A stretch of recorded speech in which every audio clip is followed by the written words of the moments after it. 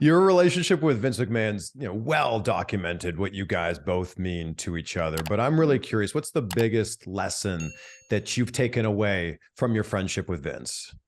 Um, there's several, and I mentioned it last year in my speech at the Hall of Fame. Perception is reality, um, and I think sometimes he may have forgotten that, but but I never did. And so that went a long way.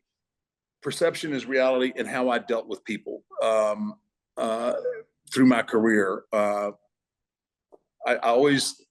didn't want anybody to ever think that I swerved them or that I had to go behind their back or do anything. What they saw is what they got, and I think that was probably a large factor in people always considering me the locker room leader. Everybody knew my relationship with Vince and Bruce and all of those, Pat Patterson. Everybody knew my relationship there, but those same guys that I was on the road with, that I was hanging out with and partying with, they knew what happened there was safe, and there was never going to be any crossover.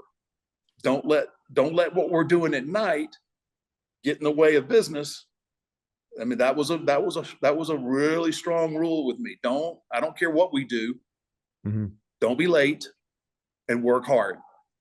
That was the only thing that don't get in trouble. Don't embarrass us. Don't be late to work and work hard. And I think that was why I garnered, I guess, the respect, because people trust me, Yeah. and they knew that the two never cross.